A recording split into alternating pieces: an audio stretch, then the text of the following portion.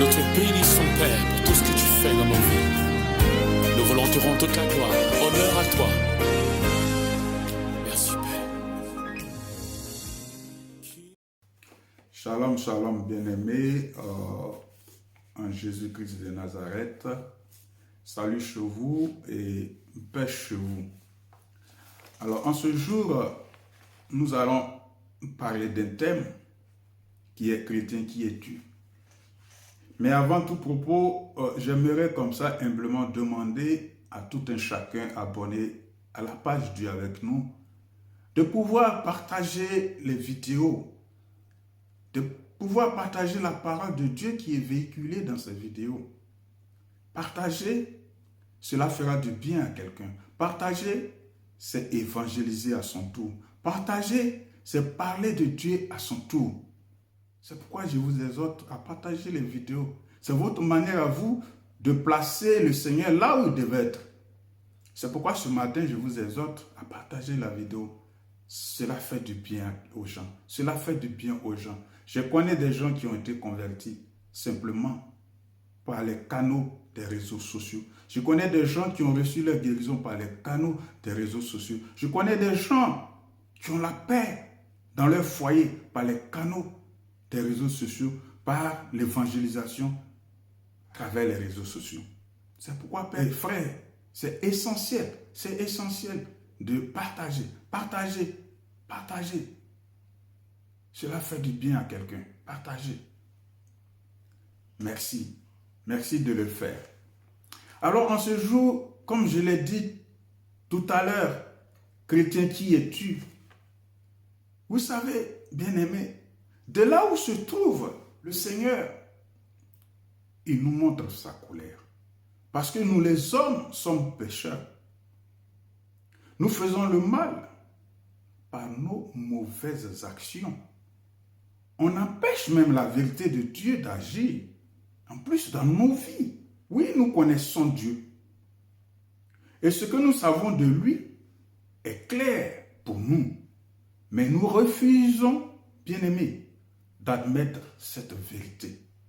Bien que la puissance sans limite et de ce qu'il est sont des réalités qu'on ne voit pas bien sûr, mais allons dans les livres d'Hébreux au chapitre 11, verset 1, où il est dit « Or la foi est une ferme assurance des choses qu'on espère, une démonstration de celles qu'on ne voit pas. » On est d'accord là-dessus, bien-aimés? Donc, je poursuis pour dire que, alors donc, depuis la création du monde, l'intelligence qu'il nous a donnée, que Dieu nous a donnée, nous permet de mieux connaître sa puissance sans limite. Nous sommes donc sans excuse par le fait d'ignorer Dieu et sa puissance. Bien-aimé, on ne peut pas être excusé parce que l'intelligence que Dieu a mis en nous, la priorité est de le connaître. La priorité de cette intelligence-là doit nous permettre de connaître Dieu. Nous connaissons effectivement Dieu, mais bien-aimé, nous ne lui rendons pas assez gloire. Nous ne lui rendons pas gloire assez. Et nous ne le remercions pas assez également. Nous ne le remercions pas assez également. Nous ne devons même pas nous arrêter de le remercier et de lui rendre la gloire qui lui est due. Pourtant, c'est ce que nous devrions faire pour notre Créateur. Et c'est ce que nous devons faire pour notre Créateur. Le remercier tout le temps. Le glorifier tout le temps. Mais non. Nous avons plutôt développé des idées fausses. Et nos cœurs sans intelligence nous fait perdre la lumière. La lumière qui est Jésus-Christ de Nazareth.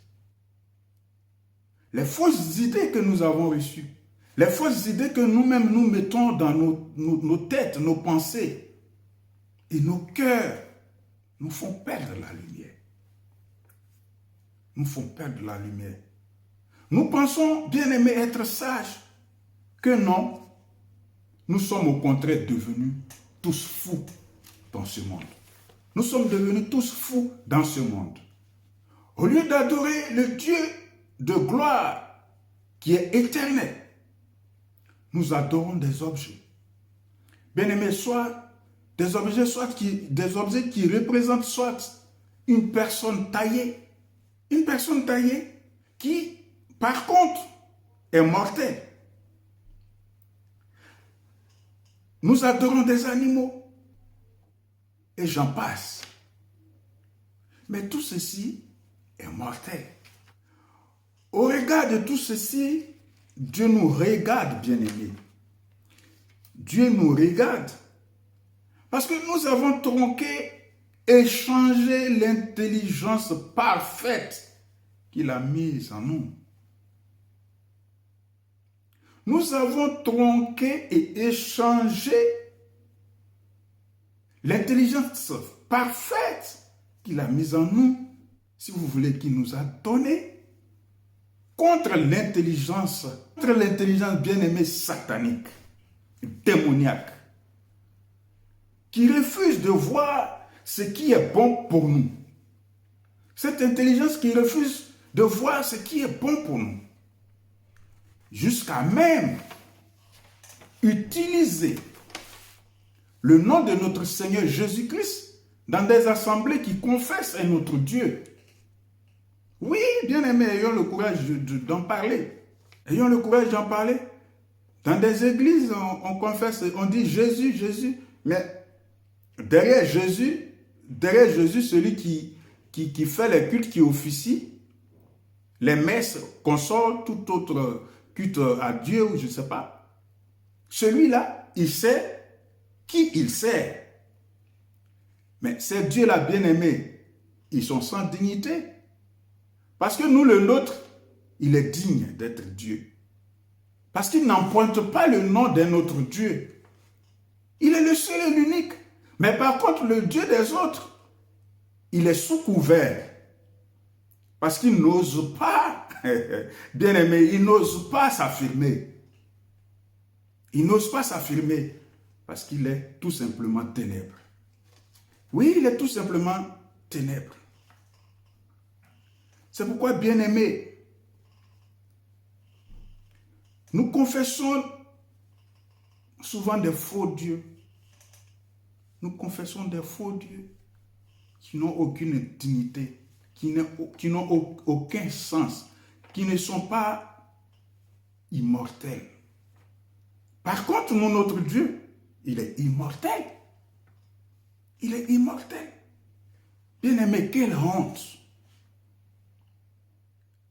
Quelle irresponsabilité de ne pas reconnaître celui-là qui a mis en nous l'intelligence pour que nous fassions la distinction entre le bien et le mal. Bien-aimés, voici pourquoi Dieu nous laisse suivre les désirs qui nous couvrent de honte.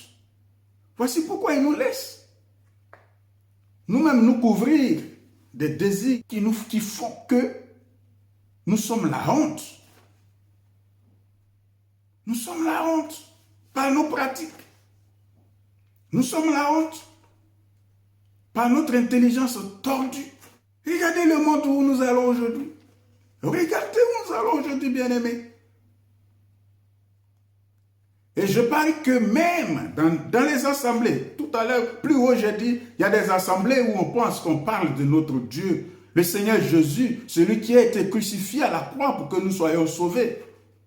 On utilise son nom. Mais par contre, à l'intérieur, c'est tout autre chose. Voyez aujourd'hui, l'intelligence que notre Dieu a bien voulu nous donner est utilisée autrement. Aujourd'hui, les femmes vont avec les femmes. Dieu nous a donné une intelligence pour pouvoir faire la part des choses. Il y a des femmes qui vont avec des femmes. Elles n'aiment plus les hommes. Il y a des hommes qui vont avec les hommes. Ils n'aiment plus les femmes. Bien aimé, ça c'est l'intelligence que Dieu nous a donnée. Je ne pense pas. Je ne pense pas. Cette si merveilleuse qualité que Dieu a mis en nous, voyez comment nous l'utilisons. Voici comment nous l'utilisons. Au lieu de voir le bien et le séparer du mal. Mais nous, on fait le contraire. Ce n'est pas de Dieu bien-aimé. Ce n'est pas de Dieu bien-aimé. Et même cette façon de faire, à supposer que il n'y ait même pas Dieu. Mais à supposer cela, la nature elle-même a horreur de ceci. Ça même, ces pratiques-là vont même à l'encontre de la nature. L'intelligence que Dieu nous a donnée surpasse toute intelligence sur tout autre être vivant. Les animaux qui sont inférieurs en intelligence ne pratiquent pas ce genre de bêtises. L'animal sait qui est la femelle, l'animal sait qui est le mâle. Oh diantre, que Dieu ait pitié de nos âmes. Que Dieu ait pitié de nos âmes. Mais comme nous ne voulons pas reconnaître Dieu, il nous laisse avec notre intelligence de bas étage, bien-aimés. Nous faisons du mal. Nous voulons ce qui appartient aux autres. Nous sommes pleins de jalousie, de mensonges. On n'obéit pas à nos parents.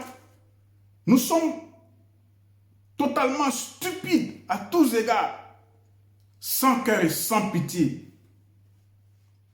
Bien-aimé, toi qui juges les autres, mais tu fais comme eux. Qui es-tu? Qui es-tu? Tu juges les autres, mais en même temps tu fais comme eux. Qui es-tu? Qui es-tu, bien-aimé? En jugeant, n'est-ce pas que tu te condamnes? Seul Dieu juge avec vérité. Vous pourrez le lire dans Romains 2, verset 2. Seul Dieu juge avec vérité. Seul Dieu a cette capacité de nous juger parce que c'est lui notre créateur. Bien-aimés, nous savons pourtant que toutes ces pratiques-là ne sont pas faites pour plaire à Dieu. Ne sont pas faites pour la gloire de Dieu. Et même pour nous-mêmes, notre salut. Et en plus, ce qui est encore plus grave, nous savons cela. Et nous approuvons ceux qui le font. Bien-aimés, je me pose la question. Allons-nous échapper au jugement de Dieu? Allons-nous échapper au jugement de notre Dieu? Allons-nous échapper au jugement de Dieu? Oui, notre Dieu, il est bon, très patient. Il sait attendre.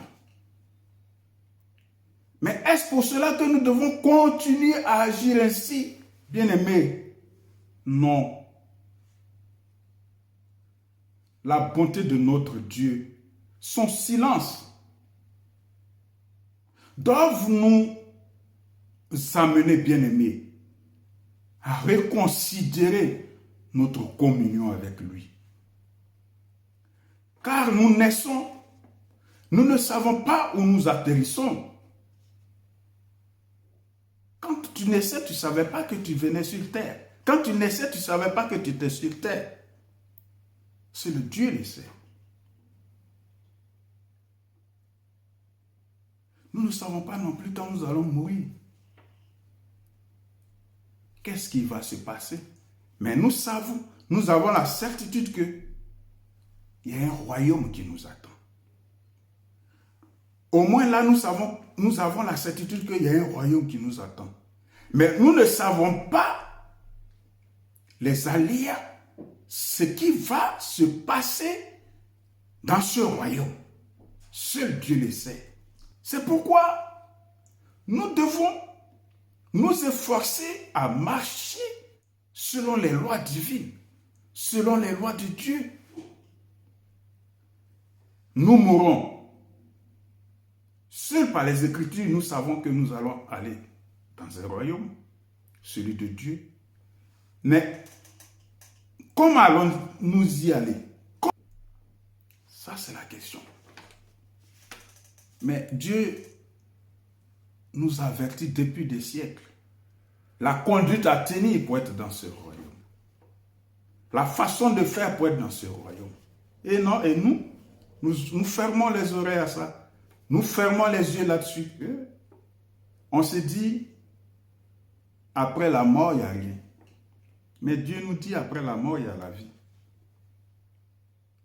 C'est pourquoi il a envoyé son Fils unique mourir à la croix pour nous. Ressusciter 3 jours après, pour nous dire que lui, il a la clé de la vie et de la mort. Oui, il a la clé de la vie et de la mort.